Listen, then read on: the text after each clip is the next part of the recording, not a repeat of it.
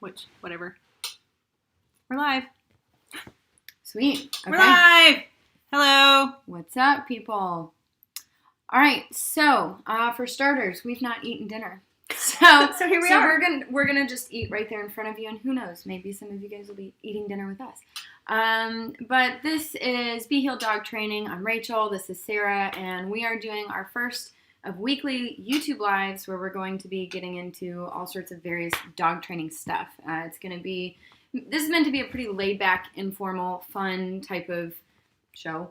Yeah. And so we've got just various topics that we're going to go over, and we'll answer questions and go from there. Show them your list. She has a list. Oh, yeah. I have a list. It's a big list. So, yeah. All right. So, and I'm going to sit here and eat this frittata right in front of everybody. And you're going to bear with me and I'm going to move this up just a little bit. There, look. Now you're not just looking at our knees. Right. Or whatever. Okay. So now, do we know this is working? Oh, yeah. I see. Cool. Yes, it says it's working. Awesome. There's no one out there yet. Maybe. I don't know. I don't know if I said this or not, but this is our very first one, and I'm not very technologically savvy at all, so I never trust that anything is working. So if you're watching this, jump on the chat and say hi, and the chat's also where you're going to ask your questions. So, There you go. Lesson 1, take smaller bites. I'll take big bites, and you have to talk on here. There you go. All right. So what we are going to talk to you today about is stopping aggression in dogs, and really just go over some concepts. I mean, this is not going to be a show that's going to help you 100% stop aggression in your dog, but it might be. A lot of people are just sometimes missing some really key components. So we're going to use Storm as an example, and if you have been following the Be Healed social media pages, then you're aware of who Storm is. Storm is just a board and train puppy that I have with me right now. Who'd have thunk we'd be talking about a puppy on a show about aggression?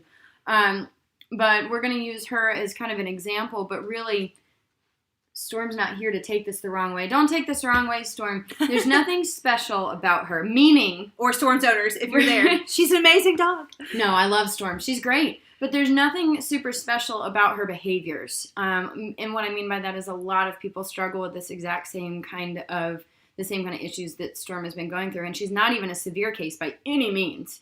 But so, little backstory.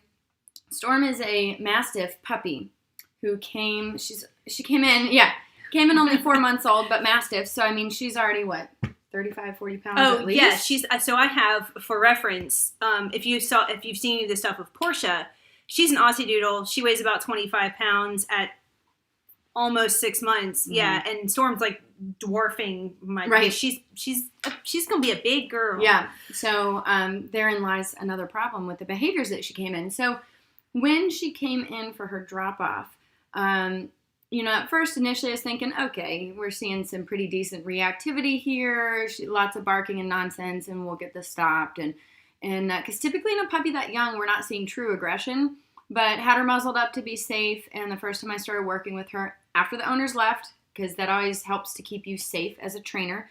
Not that you can't work these dogs around their owners, but a lot of times you get things like she could have potentially been guarding her owners, resource guarding, that sort of thing. So once they dropped her off and left and I started working, she was legitimately going after me, trying to bite, or on the opposite side, trying to run. So obviously very fearful, and a lot of times aggression comes out of a place of fear. And so that brings up point number 1, where a lot of people struggle with addressing aggression. And when I'm talking aggression, this also applies to reactivity, and sometimes it's hard to tell the difference between aggression and reactivity. So I'm chiming in from off camera because I'm trying to plug in a charger. Will you explain that, Rachel? Oh, yes. Yep. So really the biggest difference between aggression and reactivity is aggression is that desire and intention to harm whatever the trigger is. And usually reactivity is a little more like, the dog's being super loud. It might look aggressive. They're barking. They're lunging. But then when it comes time, if they come in contact with that trigger, a lot of times they really would rather get away from the trigger and they're not necessarily trying to cause harm. So, but because so many times aggression comes from a place of fear, people are afraid to address it, or people are afraid to correct it. And so a lot of what we talk about today is going to focus on correcting aggression because there is, as we were learning just how much is out there, a lot. Oh my gosh! So I'm just going to chime in on this. Go for it. I get to eat. Right. Have a bite. If any of you guys have looked into it, worried, if you were concerned, maybe you feel like your dog's being reactive or aggressive, and looked into it, I spent solidly probably 2 hours today just looking into all of these. And so it's funny. There's a podcast I like a lot. I'll plug them if you're into weird stuff. Hi, Scott and Forrest. Astonishing Legends is amazing. And one of the things they always kind of talk about is, we laugh. We found Amelia Earhart. There's always this I fixed the thing. And there's a lot of those videos out there in the dog training world if you're looking, I fixed dog aggression in one session. Yeah, if you fixed dog aggression in one session, you didn't fix the dog aggression. Yeah. Now, granted, a lot of crappy behaviors can be stopped in one session. Well, that's but true. Then right. There's the rest of it that needs to be addressed. What happens when you're home? What happens when it's not? I watched one whole video today of this really super nice guy working. And we're not going to say any names, Nope. by the way. Nope, and nope. if anybody is going to bring up other trainers' names, we're not going to acknowledge that. We're not here to bash people. Nope. But we are here to provide good information and try to counteract the bad information that's out there. So just to be aware, if you're throwing out comments and stuff, don't use other trainers' names. We're not here to bring anybody down. We're just here to share what we know. Sorry, right. keep going. No, but this guy basically spent, weeks building up this wonderful bond of trust with this dog, and it was great. You never actually get to see the owner doing, again, what the trainer has done. Now, there's a lot of balance trainers out there that have that kind of info, but not so much some of the other ones. And it was wonderful. He made great progress with this dog. It was wonderful, and it was calm, and it trusted him. And I'm like, cool, it trusts you. Yeah. What about, And a lot of what we're going to talk about here is the pure positive training, what's the word? Approach. Because that's really trendy nowadays. Pure Super positive. trendy. It's called positive-only training, positive-only reinforcement training, pure positive training, force-free training. It's all the same. The idea behind positive-only training is exactly what's in the name. The philosophy is that there should never be a consequence, which, by the way, doesn't exist. There's always some sort of consequence, even if it's unintentional. So positive-only trainers will address aggression in ways, basically we're going to build a positive association with the triggers that this dog has, and that's great, and that's important, but that's all they do. It's only, what'd you say today? It's only half of the puzzle. It's Yeah. like you're just ignoring the other, look, I made the castle. There's Right. this whole other waterfall beside it that we're leaving off. Right. So we're going to jump into right now talking about corrections. And we're going to talk a lot about corrections, and not even because it's such a huge part of the training. As far as time spent in the positive and in the negative, we call what we do balanced training. I'll explain more about what that is in a minute, but I don't even really consider it balanced because we're still so heavily in the positive. Yeah, it's right. Most of what we're doing is positive. If you look at time that we spend with a dog, we're looking at 90% of the time is positive and 10% is correction. And Right. honestly, the better that the dog, oh gosh, what am I trying to say? As the dog It progresses decreases. and gets in a better place, you'll spend even less time in the correction. Well, and then half of that correction is not even correction, as some people would term it, but attention getting. sure. It's more just, hey you, than it is no. But there's a time and place for no. Yep. And positive only trainers would tell you that's not true. There's a lot of positive only out there that says you should not tell your dog no. Yeah, good luck with that. That didn't work out so good with my kids. Yeah, I know. And what's funny is a lot of people who buy into the pure positive, and the thing is, it looks great on paper. I get it. It looks really good on paper. Wouldn't it be awesome if we could work with our dogs and not ever have to correct them? Of course, that would be awesome. But the problem is we live in reality. That's not how the world works. So you have to have that element of correction. You have to have a punisher. You have to have a consequence. And if you don't, you're going to struggle in some way, shape, or form. Now, you may have that, awesome dog that just naturally does no wrong. They're out there. The easy peasy dogs are out there, but that's not typically what, that's not where people are struggling. Even easy peasy dogs need fine tuning. Yeah, so, exactly. There's always time and place for correction. So, as far as how this applies to aggression, a lot of people are afraid to correct an aggressive dog, and here's one of we're going to talk about a lot of points that the Pure Positive side puts out there, and the reason we're focusing so much on this is because I'd like to put out information that is good and is helpful, and sometimes what's helpful is knowing what else is out there and what else you might come across, because I think a lot of people come across bad information, obviously having no clue they've come across really bad information. Right. And so people are being misled, people are being lied to, and I mean that. People are being straight up lied to about how these things should be handled. So, I lost my train of thought. Correction. So, one very common thing that people are told about their dogs and about correcting aggressive behavior or reactivity is you'll create a negative association with blank. So, if the dog is aggressive towards people, and we'll use that as the example because Storm is the puppy that we're going to continue referencing to this. So if you've popped on a little later, Storm is a board and trained puppy that has been with me who came in struggling with aggressive behaviors. So force-free trainers would tell you if you correct a dog who's aggressive towards people, you're going to give them a negative association with people. With other people. Right.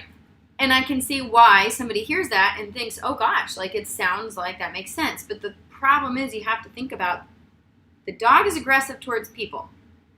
That negative association already exists. You're not going to make it worse. It's not new. Yeah, it's not new. You're not going to make it worse.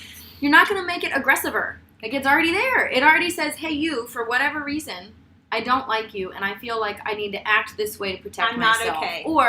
Or to be an ass. Or, there's lots of reasons dogs will act aggressive. But usually, I find a lot of times it comes out of a place of discomfort, fear, insecurity, and the dog has not been told any other way how to handle discomfort, fear, and insecurity. Or just not to be an ass, because those dogs are out there too. Right. So, you have to have a meaningful consequence in place to stop that behavior before you can start your counter conditioning. So again, which is part of the rest of the thing. And I think that's what it's like. If you go positive only, you're jumping in before you've said, hey, please don't do this. Or don't do this. Right. Don't do this. Right.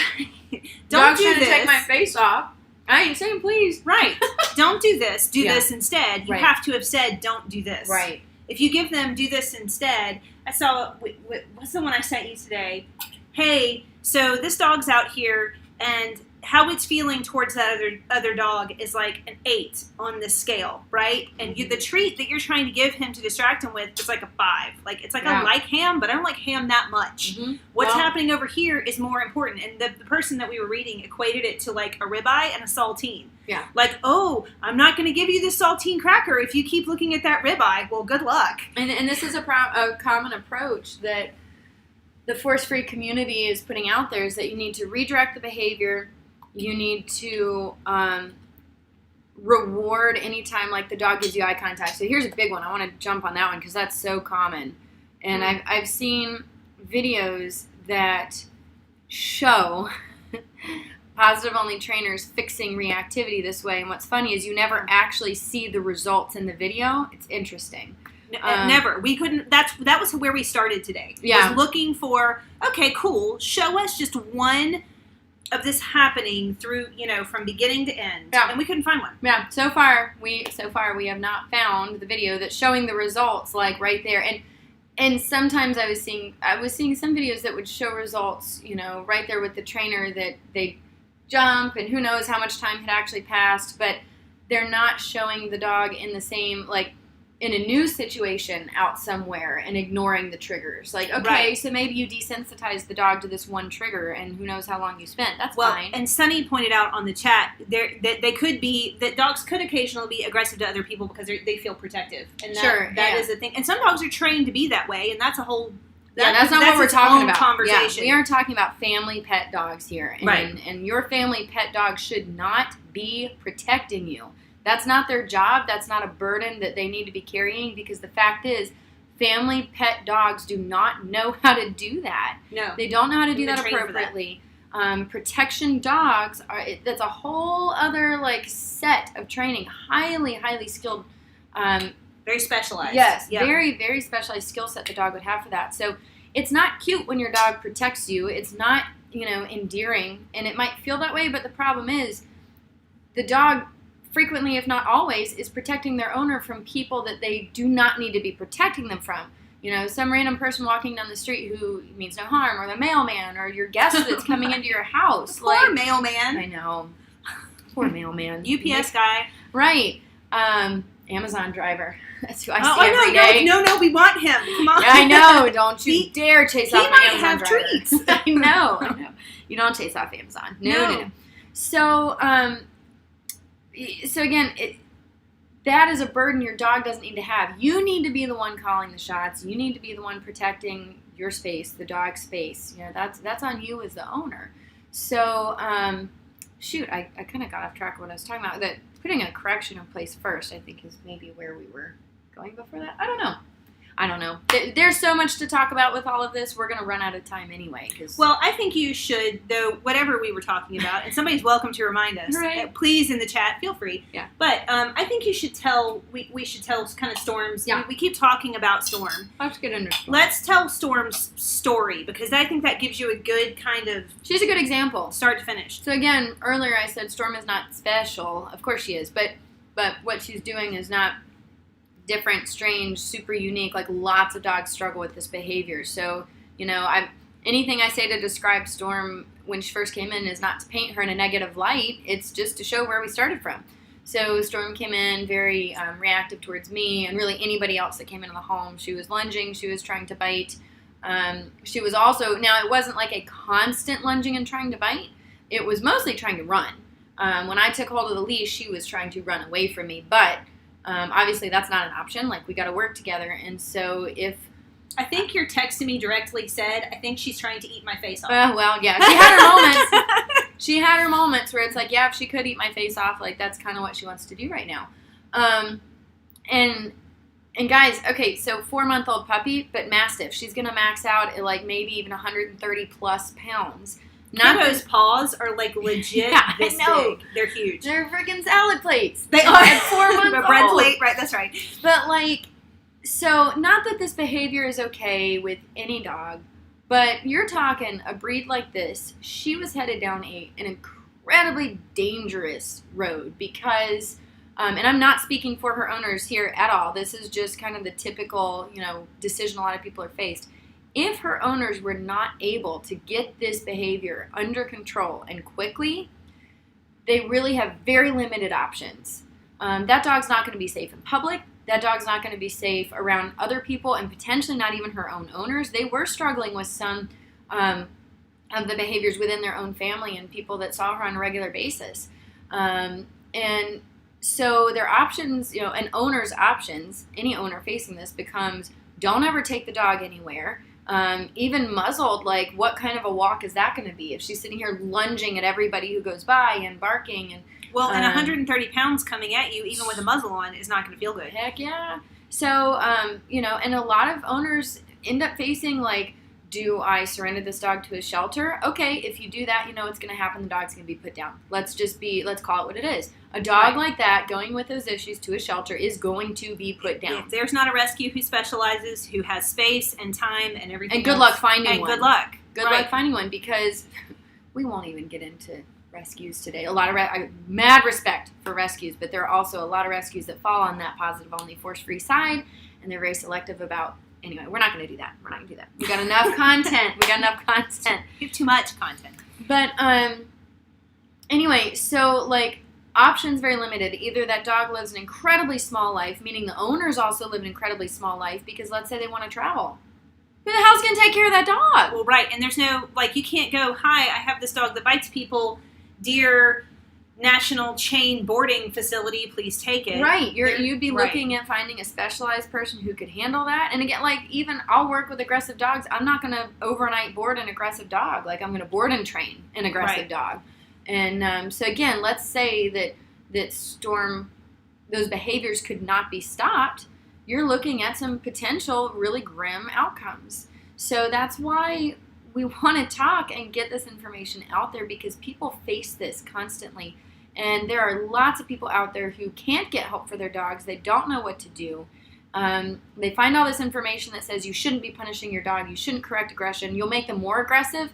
That's a really popular one that gets put out there, that if you correct an aggressive dog, you'll make them more aggressive. Again, no, you're not. You hear that if you suppress the behavior or if you correct it, the dog will suppress the behavior and then they'll become like explosive and unreliable and unpredictable. That's a load of shit. Like, it's just, that's not true. Well, I think, and we talk about, and I know you're probably sick of hearing it, I correlate a lot between kids and dogs, because raising is not that different. And I'm saying this knowing that my kid is actually watching us right now, and that's okay.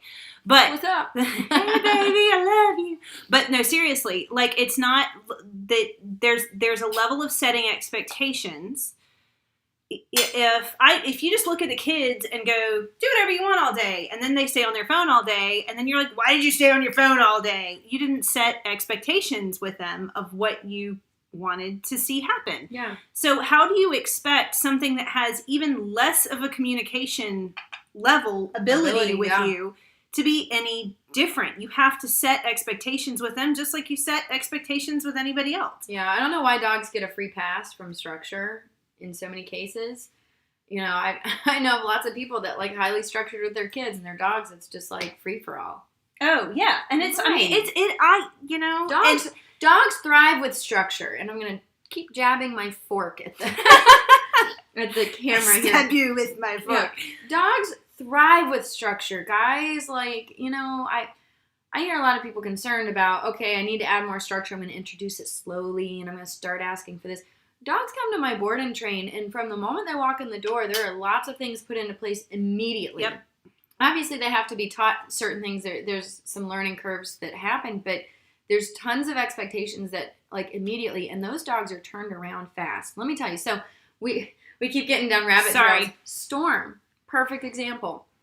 She comes in. She's being, again, not super aggressive. Again, she's not a super serious case, but she was serious about what her intent.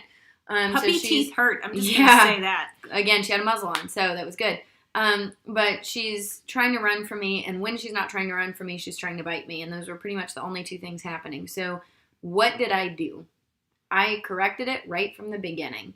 Did I like doing it? Hell no. Nobody likes correcting their dog. Right, that's right. And that's the other thing, This is not a power trip. That's not what this is. Force-free trainers like to act like balance trainers, which is what we do. It's like they act like we just want to instill, force and be like the dominant alpha, and like that. They act like we get off on correcting dogs, and that's not the case. Nobody wants to do it. I don't want to do it, but I'm willing to do it because I know it works, and I know it's what's in the best interest for the dog. So she comes in. We try and do a little leash work. She's lunging at me, so it's like, nope, we're gonna correct that right away. Well, how did I correct that? So you got a couple options there. First of all, let's talk about what a punishment is, what a correction is. Applying a punisher is what you need to be doing to stop unwanted behaviors. So actually, to backtrack briefly here, balance training, let's talk about what that is. Balance training just means we use the principles of positive reinforcement and negative reinforcement. We use reward, we use punishment. Like, we use all of it. Yep. Not some of it. So anything that you want the dog to do more of, you reward. Anything you want the dog to stop, you punish. It's that simple. As far as what a punishment looks like, you have to apply something that's meaningful to the dog, that has a negative connotation. Go get a bonker. Perfect. You apply something that is unpleasant, that you apply when that behavior, that unwanted behavior is happening, to extinguish it, to stop it, to discontinue it. And when you do that, you should be doing that in a way that is calm, neutral. You're not mad at the dog. And that's the thing. Even though this puppy is like lunging at me and trying to bite me, I'm not mad at her, but it has to stop. I'm also not going to allow it to continue in my own home, no less. So you've got several options as far as corrections that you can do. And you should not be trying to hurt and harm a dog. That is not what a punishment is. A punisher is not intended to cause harm. Now, discomfort, yes, sometimes punishments are uncomfortable. Sometimes they need to be. Same with people. So Sarah's going to get a bonker, so we'll talk about what that is. Bonker is a wrapped up towel, regular old cotton towel that you wrap up and secure with rubber bands. Guess what you do with that towel when you need to use it? You throw it at the dog. So she goes to lunge at me. I say no in a very calm, neutral manner. I'm going to get bonked here. This is actually a small one because it's for a puppy, okay? Now, when I say puppy, like Storm got a full-size bonker because she's basically a full-size dog. She's a Mastiff puppy. So this is a small one. Normally, you'd have one bigger for a lot of your like medium up size dogs. Well, and we're probably ready for a bigger one. Probably we are, made this when she puppy. was little. Because yes, you can apply punishers to puppies, but that's not what today's about.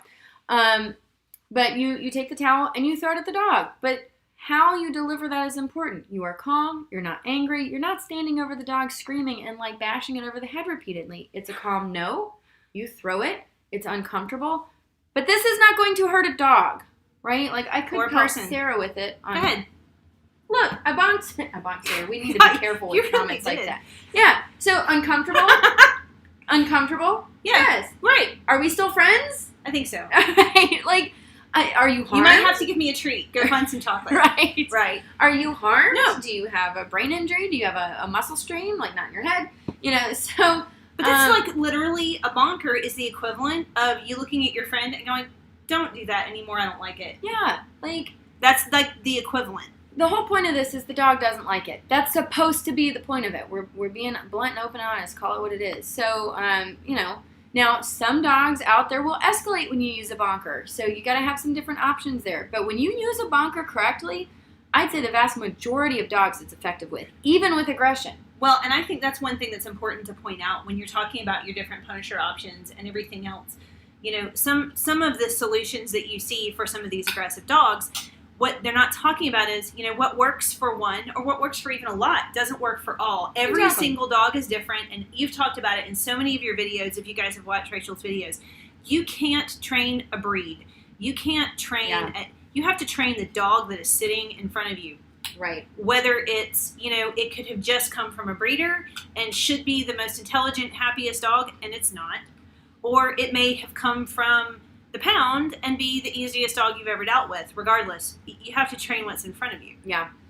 So, going back to punisher options, though, you can use a bonker, you can use a pet corrector, and a pet corrector is just a little canister of air that you spray and it blasts air and it makes a loud noise and it startles dogs. And some dogs it's super, super effective with. You can use it if you're using a prong collar, you can very effectively give a leash pop, and a prong collar not going to harm a dog even if you give a leash pop. But again, we're not going to get all into that in this video. That's for a whole other video. And then you have the remote collar, and the remote collar is my favorite, and it's my go-to, and especially because the remote collar allows you to be about as neutral as it gets. Because even with you calmly throwing a bonker, there's still an element of you lifting your hand and throwing the towel. You just did something to me. Versus a remote collar, you're pushing a button. Now it's a little more, there's more nuancy stuff to it than that, but you can very calmly push a button, dial that remote up to whatever level you need that stops the behavior. And that's the other thing, a good remote collar, you've got a really wide range of levels to work with. So I use the Mini Educator by eCollar Technologies. And on most dogs, I love the brand eCollar Technologies. So I've got 100 levels on my remote that I can choose from, depending on the dog, the situation, the state of mind that the dog's in. So now when Storm came in, she didn't have a remote collar on, so it was bonker first, and she didn't like that, which she wasn't supposed to. Then she did a lot of trying to run away, and that is where a lot of people stop and go, look, you just made her afraid of people. And it's like, no, she just got a correction, and all of the nonsense crap is not going to fly And now she's understanding that. That option's off the table. So now another option is to run away. Like, the fear, the discomfort, the mental discomfort that dog has was already there.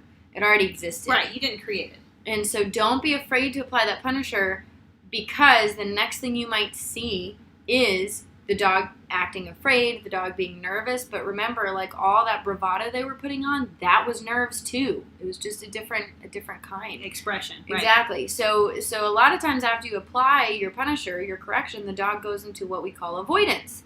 And avoidance is, I want to avoid the thing that just did that to me. And avoidance is not where we want the dog to stay. And it's almost like that's what the pure positive trainers want you to believe about balance trainers, right. is we're trying to, like, use fear and force. Like, fear is not an effective training tool. I don't want the dogs I'm working with afraid of me. That's not efficient. No. That's not effective. It's not efficient. No. But you have to, again, stop the crap before you can start the good stuff. So the way that looked with Storm is the very next thing we did is we worked on going in and out of a kennel. And the way that looked was I could handle her on leash after the correction. I could get her in the crate. I could close the crate door. And then the next time I approached the crate, she wanted to attack. She wanted to bark, lunge. She'd, come at me every time I opened the door. Remote collar went on. I corrected it very high, but I was very calm about it. It was no high-level correction. You have to make the act of trying to attack someone highly unpleasant to the dog in order to stop it. And so I did. And I didn't enjoy that process at all. But the very next session with her, there was no barking, there was no lunging, there was no growling.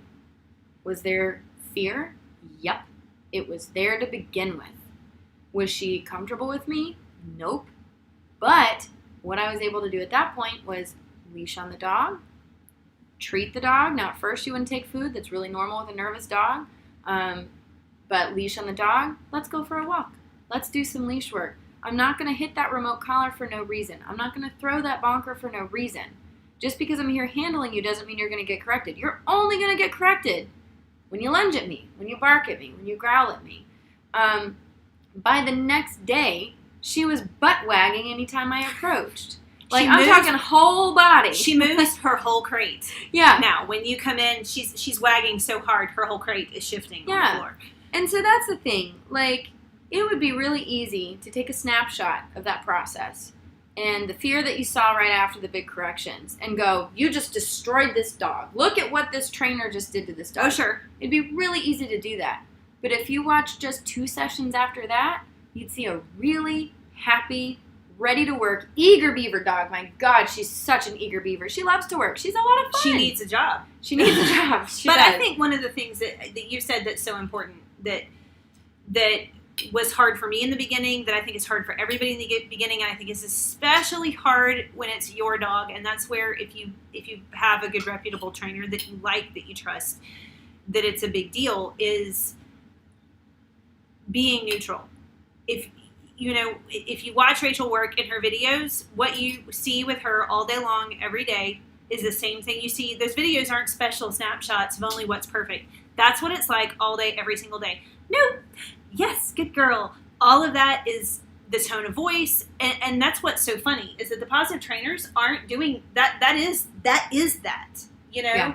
that reward, that happy tone, that you just did a good job, not overexcited, because we're not trying to set them up to fail because we've just overexcited the dog, which I'm bad for sometimes.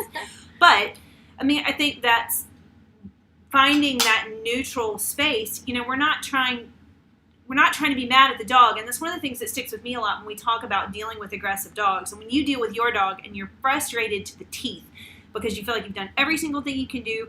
And we saw one video today, and it really just irked me because this one trainer is like, stop your dog's embarrassing behavior. Well, the only person that should be embarrassed is you, and you should be embarrassed because you're not taking care of your dog.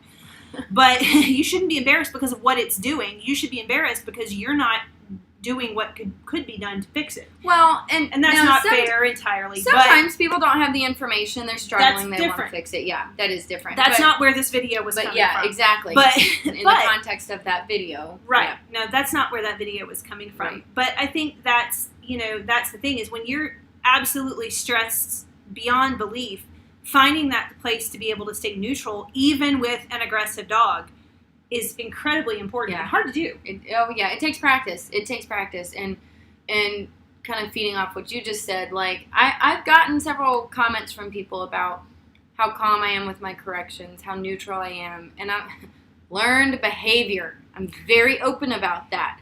My own dog early on, learning what to do, like, you kidding me? I yelled at that dog? Of course I did. I got frustrated. I raised my voice. I spoke too loudly. Like, it's a learned thing. So if you're struggling with that, don't feel like, oh, I'm not this person. You can be. It takes practice. So, sure.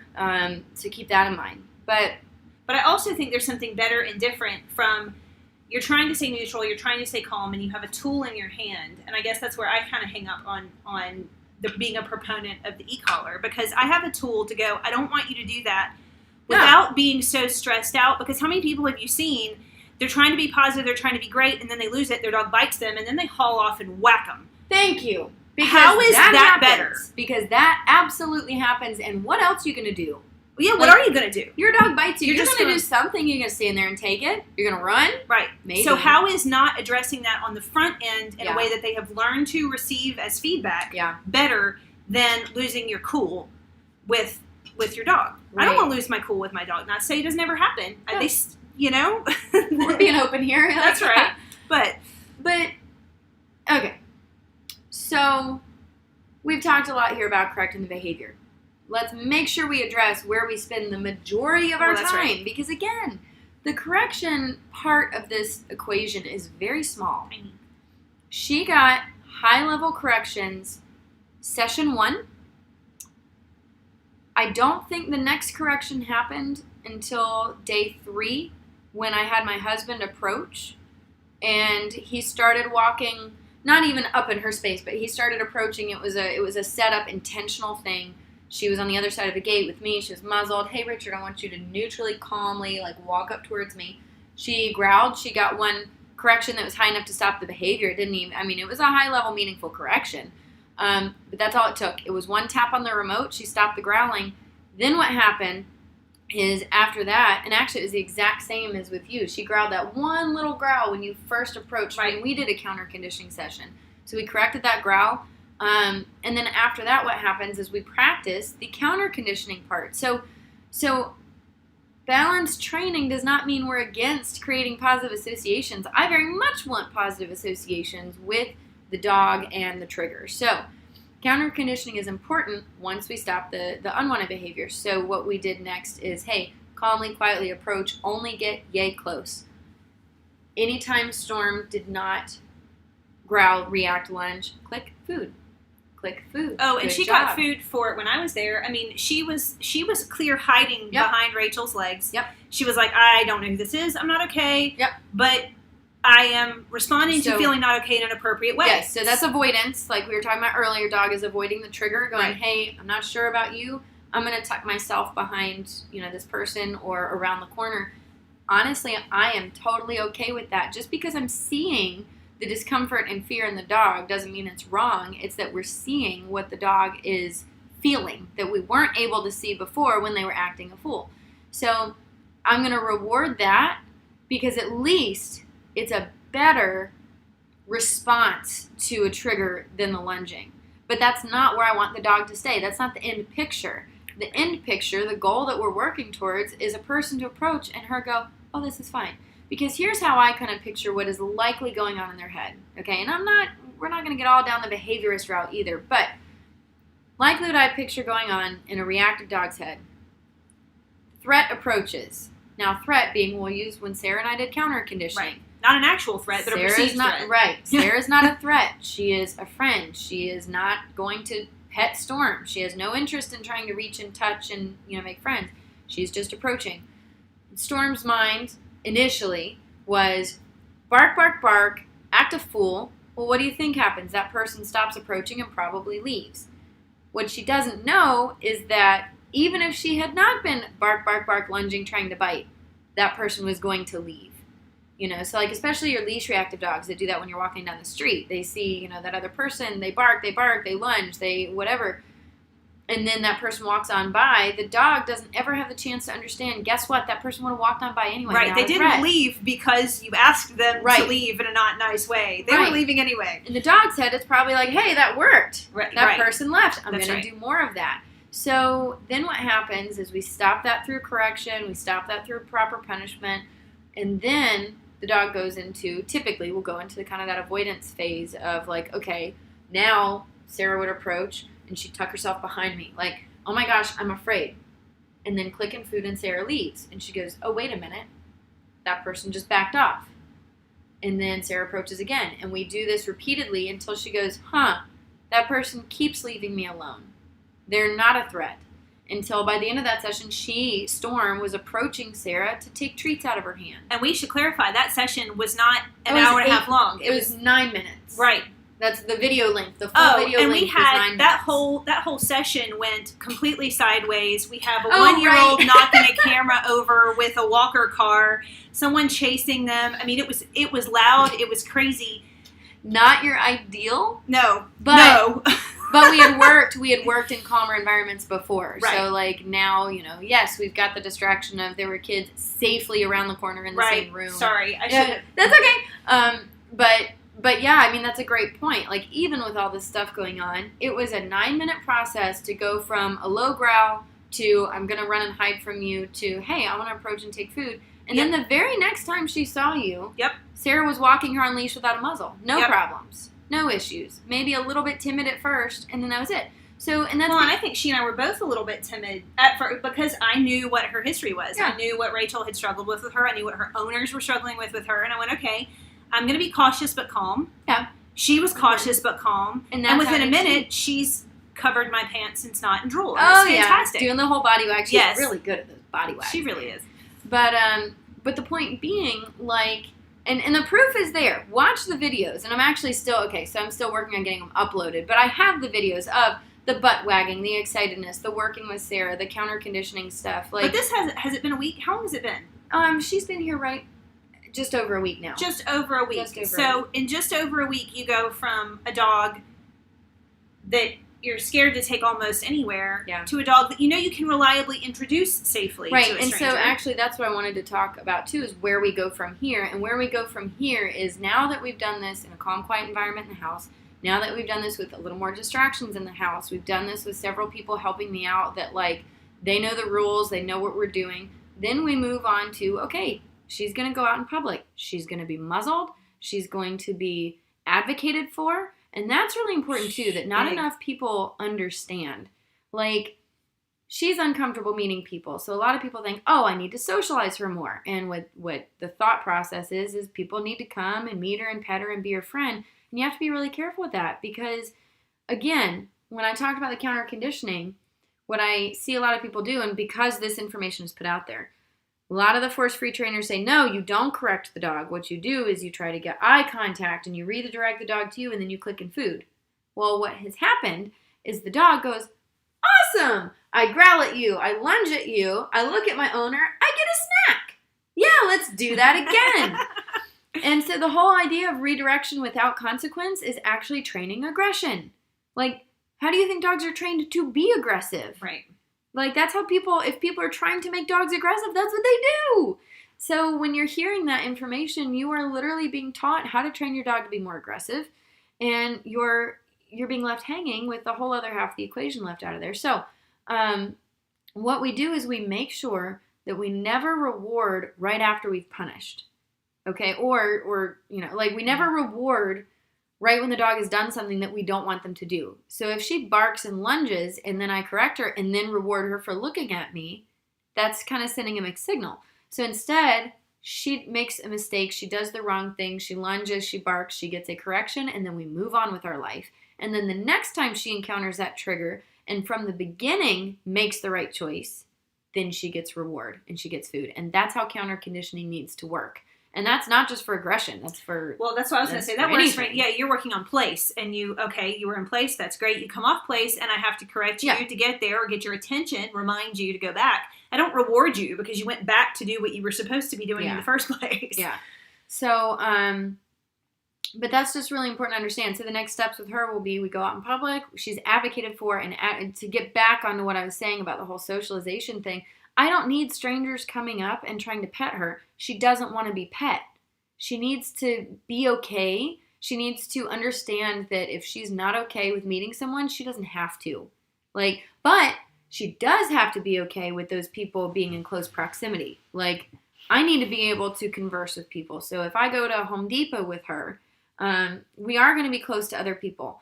I might stop and talk to, an employee there and ask them questions. And I have absolutely expect that she is not to lunge at that employee or bark at that employee. However, when that employee goes, oh, she's so cute, can I pet her? No. Say it however you want to say it. But the answer is no, because she doesn't want that. She's uncomfortable with it. She needs to know her space is going to be protected. And I always think about that. Do we do this with our kids? I think kids are cute. But do I go up to some stranger's kids and go, oh my God, she's adorable, can I hug her? Give her well, some people do. Oh, and see? That's not going to fly. No. No, if I don't know you, you can't hug my kid. If I don't know you can't hug my dog or pet my dog. Sorry, get your own. No, but I do love that there is, in defense of a lot of people, that there are a lot of people out there who have trained their kids, who have trained that, to go, hey, may I pet your dog? I never have a problem with somebody asking me. Right. Usually I'd prefer I'd be left alone, only because, you go out with dogs and you just get harassed. You just get harassed. It's hard to get from A to B. Everyone wants to pet the dog. But I never am upset with someone for asking. But then you get the people that don't ask. You get the people that ask as they're doing it. That's my favorite. Can I pet your dog? Right. I had Hey! an employee at Tractor Supply, and I used to, I made it, she frustrated me until I just made it a game to see how many times I could show up and have to tell her no. Every time I walked in there, she would lean over and start to reach for the dog, and I would physically put the dog behind me and say, please don't pet the dog. And she would stand up and say, I wasn't. The first time she did it, she was still leaning over with her hand out. And I'm just kind of looking at her like, are you kidding me? You're still in the position. You're still there. What are you doing? Oh, I wasn't. And this was a grown-ass woman. She was in her 50s. Grown-ass woman that should know better. And just own it. I'm sorry. I shouldn't have done. Just own it. Literally, it had to have been 8 different dogs throughout several months that she would try to pet. And I'm like, okay, by now, do you not recognize me? I'm the jerk that's not going to let you pet the dog. Right. I don't mind being that person. Don't worry about other people's feelings. You've got to advocate for your dogs, guys. Don't worry about other people's feelings. Because I can't tell you how many times I will I'll be as polite as I can be, but I'll also be as firm as I need to be. Politely tell people no, and they'll act like you just pissed in their tea. I had, again, another grown-ass woman stand there and just pout and hang her head. And I'm like, go get your own dog if you care that much. Right. I'm trying to walk across this lawn. Right. Jeez, you are the 4th person that has asked me in the last, 5 minutes. And sorry. Anyway. But that's an important thing that you have to understand. You've got to advocate for your dog's space. They have to trust you as a leader. And that's really important. You've got to be a leader for the dog. So that's what kind of balances out and makes it fair to have the high expectations, to have the corrections in place, to have the boundaries established because you've got your dog's back. It's an equal thing. Well, it's almost thinking about who do you want to work for? Do you want to work for a person, if you have to go to work every day, do you want to work for a person who's wishy-washy and you're not sure what they want? I hate working for someone I don't know what they want. Right. You never know when you're meeting expectations or you're not. You don't know where the bar is. You don't even know what you're supposed to be doing. It's uncomfortable. It's extremely uncomfortable. And same thing with these dogs. So and that's what's one of the other things is about consistent correction. I think you can't correct sometimes and not correct. Yeah, you gotta be consistent. Yep. So it doesn't look like we have a whole lot of questions in right now. So what I'm going to do for the last couple of minutes is I took some notes on. We mentioned earlier, if you're kind of joining us later, mentioned earlier this morning we spent some time trying to find videos of positive only trainers showing aggressive dogs being, I don't want to say cured, but being turned around and rehabbed. Fixed is what we were reading. Yeah. Fixed. We were trying to find video evidence showing these dogs be turned around. And what I saw, the closest thing I saw was a dog working better with that trainer. Okay, that's fine and dandy. You desensitized the dog and took a little bit of time working with the dog. can the owner take this dog out in public and have the same results? And probably not. But what I want to do, I got some notes here. Well, and I want to throw in, while you're getting that together, that if you do have a question, if you're still out there and you have a question, go ahead and chuck it in the chat, and we will, in anything, whether, and it doesn't have to be about aggressive behavior, it can be about anything. Really, if you have any training question, have a question, please put it in the chat. Yeah, and really, if you're basically trying to figure out how to stop unwanted behaviors, because yes, this is kind of geared more towards the reactivity and aggression stuff, but the same principles apply for most of unwanted behaviors you're trying to stop. But so I put together a list here of just kind of common information that's put out there from the force-free side, from the positive-only trainers, the information that's being put out there and why it's false. And again, we're not naming names. I'm not out here to bash trainers, but I am out here to expose the crap that's being fed to you. You need correct information. Yeah. Right. So this is one of my favorites. One of the things, keep the dog under threshold. What that means is you keep the dog under the threshold where they reach a trigger and lose control.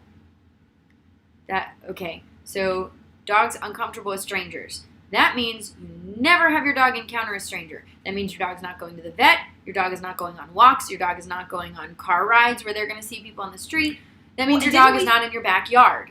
Didn't we see one that literally was like, take your baby steps, and in order to take your baby steps, you should get up much earlier every day to let your dog outside. Like, there can't ever possibly be humans around. Right. You should do that.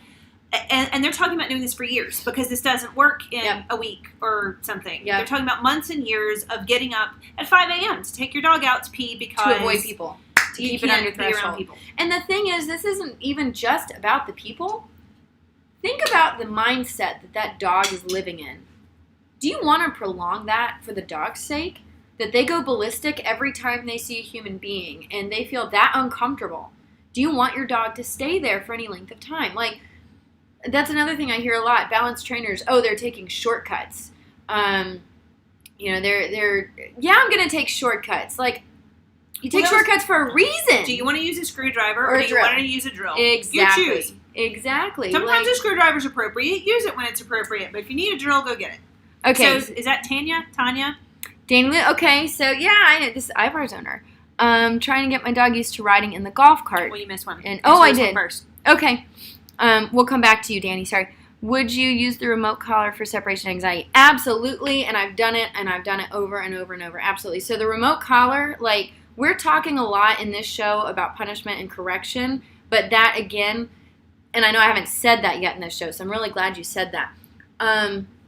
First of all, your remote collar has a wide range of use. We don't use it just to correct dogs. However, separation anxiety, we do correct aspects of it. And a lot of people, when we talk about anxiety, are afraid to correct anxious, nervous, fearful dogs because they think they're going to damage the dog, and it's not true. When you're talking those types of dogs, you often run out of options. They're not going to take food, praise, everything is overstimulating. Sometimes you run out of options. But yes, absolutely, remote collars have been successfully used to rehab separation anxiety. That's my go-to tool for separation anxiety. That's where I'd start.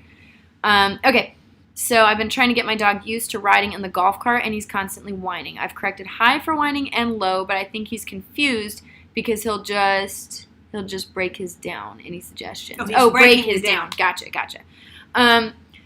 Whining is actually oftentimes harder to correct than the loud reactive aggressive stuff. Whining's tough. It is. So what I would suggest is you correct low, you correct high.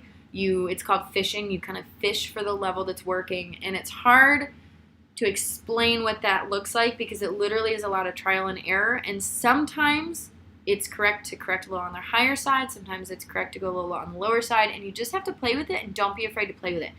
If you correct whining and he breaks his down, then you would just say no and guide him back into a down to show him no, that's not what I want you to do. And then maybe next time try your correction a little bit lower. So then you're actually correcting a second thing now. Yes, so you correct the whine and then you correct the breaking the down? But correcting the breaking the down, I would do just provide guidance. Not necessarily another correction on the remote or a leash pop or anything. Gotcha. That's a great question. I would, correct on the remote for whining. If he breaks his down, and sometimes that happens where your lower corrections for the whining didn't work, so you go high and the dog breaks the down. So at that point, you just say no and you guide him back into a down. Now, let's say you have to ask him to down a couple times. Yes, you may correct the down at that point as long as your dog's been trained to do that.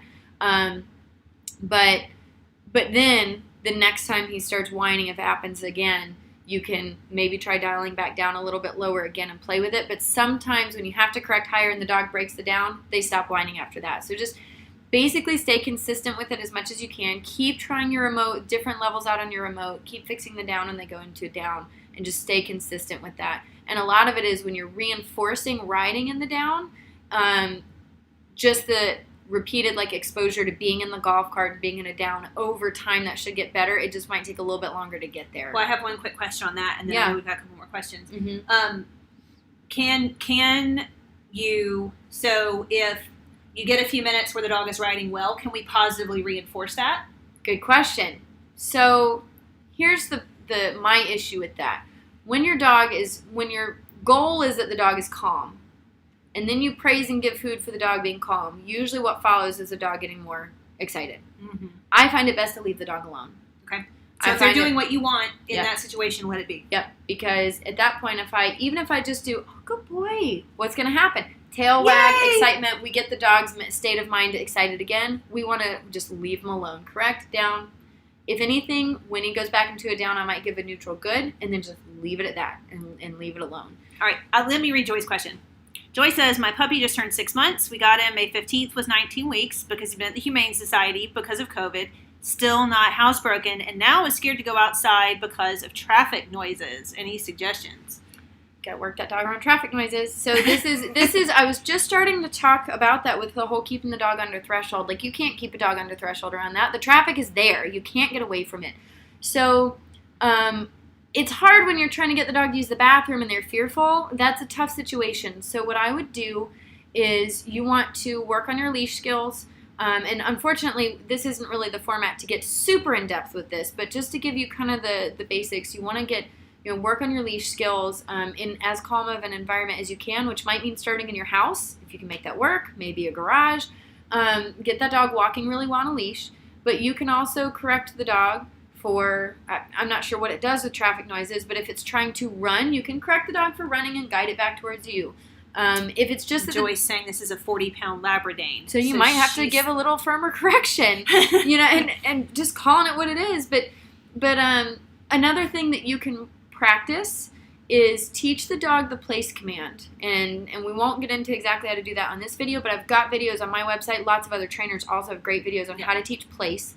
Teach your dog the place command, and place would mean you go to an object, you lie down on the object, and you stay there until you're released. Once your dog knows that command and gets to a level that you can actually, once the dog knows that you would correct him for breaking place, when you get to that point, go to YouTube and start playing traffic noises from your phone, from your computer while the dog's on place. Oh, that's good. And have the dog stay on place at the traffic noises. And if it freaks him out and he breaks place, you correct the dog for breaking place and you put him back. And then you get to practice that exposure. And I've actually done this with dogs. I've had dogs terrified of traffic sounds, and this is exactly my approach. And at first, you put the traffic sounds on and the dog's freaking out trying to run and break place. Then they get corrected and learn, well, crap, I don't want to break place because I get a correction. So then they sit there and they look nervous for a while and they're uncomfortable. And then they learn everything is okay. And then they get to where they can sleep and nap on place when the traffic noises are going. Obviously, going out to the real world is going to be that, a level higher. It's going to be even harder. But you teach a good heel, you correct the dog for breaking a heel. Just work that dog around traffic. As far as the housebreaking stuff, it's hard because the dog is going to be nervous and looking around, and you're just going to have that dog out in the potty area. And if he tries to bolt, he gets a correction, and spend a little extra time out there if you need to, but also work that dog. Well, I was going to ask, is that a situation where maybe being super proactive about some frequent potty breaks that are short might be helpful? Make sure you're going out routinely if you can do that. Yeah, you can do that, and especially because then you're just that's repeated exposure to the traffic. And again, you can also praise the dog and reward the dog for doing, when you're around the traffic, if he stops trying to run and he looks at you and makes eye contact, you can reward that. But chances are what you're struggling with more now is that the dog's just and all over the place. But you also got to be really calm when you do this. So again, if the dog tries to bolt and you give a little leash pop, you're not mad, you're not yelling. It's just, nope, if you try to run to the end of the leash, I'm going to give a pop.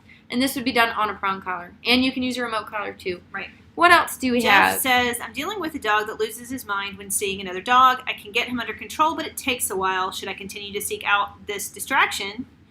And are there any links to videos he should watch? So what you can do is you can go to, I've got some videos on my channel. There's other trainers out there too that you can look up as far as reactivity. So that's called leash reactivity. But you want to make sure that you are finding videos Dog reactivity. Yeah, dog reactivity, Yep. leash reactivity, yeah. You want to find videos that will correct the leash reactivity and then reward the dog for working calmly beside you, but you got to have that correction in place. So now, as far as I think you said, let's see, should you seek out the distraction? Not yet. Get your leash skills really good in a calm environment first. And so if you struggle with, it is reactivity out on a walk, right? Seeing another dog. Yeah. Mm-hmm. So like if you're trying to go out on a walk and he loses his cool out on the walk, anytime that happens, he's going to learn he can do it. So you want to be able to stop it before that happens. So first of all, you start on your leash skills in your own environment where things are calm, and you not that you have to master them, but you got to get relatively competent with it, that your dog has a good heel and that they understand what they're supposed to be doing. And I've also got videos on my YouTube channel that how to introduce prong collar and teach heel. So I would start with that, and then practice in your home, in your garage, in your backyard, in your front yard, practice in your driveway, and then just venture out from there. In the driveway, you're less likely to see as many dogs. You might have one or two pass by, or hopefully none at first, while you can work on this. But again, you also be ready to correct the reactivity. And when I say that, I actually mean correct before the outburst. Right. So when your dog sees another dog and he goes from, hey, Dad, what's going on? Huh? Bam, you apply your correction. That can be a bonker, that can be a leash pop, that can be a remote collar, that can be a pet corrector, the compressed air. But you tell that dog before they explode. And that's so important. A lot of people I'm not sure. If you've struggled with this with your dog, you know what they're thinking. If they're already thinking it, you can correct it. You don't have to wait for the explosion. And if you do wait for the explosion, you're probably going to be too late. And it's very hard once a dog is in the middle of acting a fool to stop it. It can be done. Sometimes it can't. Well, but think about a person when you're in the middle of, say you're angry, meltdown. Dropping that super hard. Yeah, so, absolutely. And Jeff does say that he's been in class for about 10 weeks and he's good by himself on the leash. So. Yeah, great. So if you're able to have a nice walk when it's just you, then start seeking out those distractions in little chunks. You don't want to just go out and work your dog beside a dog park. I'm not a fan of going in a dog park, by the way. Very dangerous place. But when I take reactive dogs, eventually I like to go where I know there's going to be lots of dogs and work them around those dogs, but they're not meeting dogs. That's also important, that your dog is not meeting other dogs on walks or on leash, that you are what's most important to your dog. You need to keep that short, right? If you're working on this, I think that's one thing that surprises a lot of people when Rachel's working, when we're working on any of this. I mean, we're working for 10 minutes, we're working for 15 minutes, and then it's take a break or work on something else. Yeah. You're not. And sometimes it's longer, but right. That's to say too, there's a lot of times you can get a lot accomplished in 15 minutes. If you're effective. Well, when you're in that beginning stage, yes. though, if you're trying to do this, don't go, well, if we just keep going for half an hour, maybe eventually don't. Yeah, start small. Right. Small enough, but don't feel like you have to take teeny tiny baby steps. Just start where you know things are calm, venture out, and go from there. Have a couple wins. You pass a dog and you can correct before the reactivity, and yes, that's a win. Go back home. Right. Don't try End on a good note. That's yes. one thing you're big about. Whenever you can, doesn't always work. Right. But when you can, try to end on a good note. If the dog gives you what you're looking for, cool, great, you did that it. was a win. We're done. Right. So. Whatever it is, whether it's place, if it's just whatever. Yeah. I think that was it. Let's see. I haven't been reinforcing it because he gets so excited. Okay. Yeah. So again, you. I'm sorry. That was for something else. Yeah, you've answered all the questions. Yeah. That I just saw that comment, but yeah. Okay. Cool. Yeah. Joy, I would say too, I don't know what you know, and Rachel, maybe I'm jumping in. It's cool that you have that collar coming. Make sure you look at some videos on fitting it correctly, because that makes all the difference in the world. Yep. as to how it works. How to fit it, how to introduce it, how to apply it. You're going to love it. It's game changer. It is. We call it the magic collar around here because like the second you put it on, they're like, oh, cool. Yeah. Cool. All right. Well, so we're going to, you know what's funny? I had all these notes to talk about and we got to like 2 of them. So that means next week we're going to talk about lots of kind of similar stuff that we didn't get to today because there's a lot to go on with this stuff. I mean, God, we could talk about this forever. Yes, we could. What I want to end with is Storm is ended on a good note. No. Well, yeah, ended on a good note. So Storm was corrected for stuff. She's the puppy that we've been referencing earlier in this. She's doing awesome. She's gotten to where, you know, people coming and going. Even earlier today when I was rushing to get over here in time, my father-in-law had come by. She's never met my father-in-law, and she walked right by him. She wasn't wearing a muzzle. Oh, yeah. That's great. Everything was kind of chaotic, and, you know, there were kids and noises, and I took her out to use the bathroom, and when I was coming back in, we just passed right by him, and she saw him, and she's like, oh, hey, there's this person. Oh, well, I'm going to my crate now, and it was no big deal. So, I mean, the stuff works. And she's doing well, and she's going to continue to do well. And and keep watching because you've got videos of her coming, and we'll have more coming because she's here. She's with us for 3 weeks, right? Yep, so she's still got another couple weeks. Another like week and a half left. So that's where all the fun stuff happens. We'll be doing lots of like putting her above threshold on purpose, right. And like teaching her that she can and building confidence. It's important. So we're going to be doing lots of that. So keep following the Facebook page and Instagram. That's where all those updates are coming. Now next Tuesday will be later. If you guys want to catch in, whatever.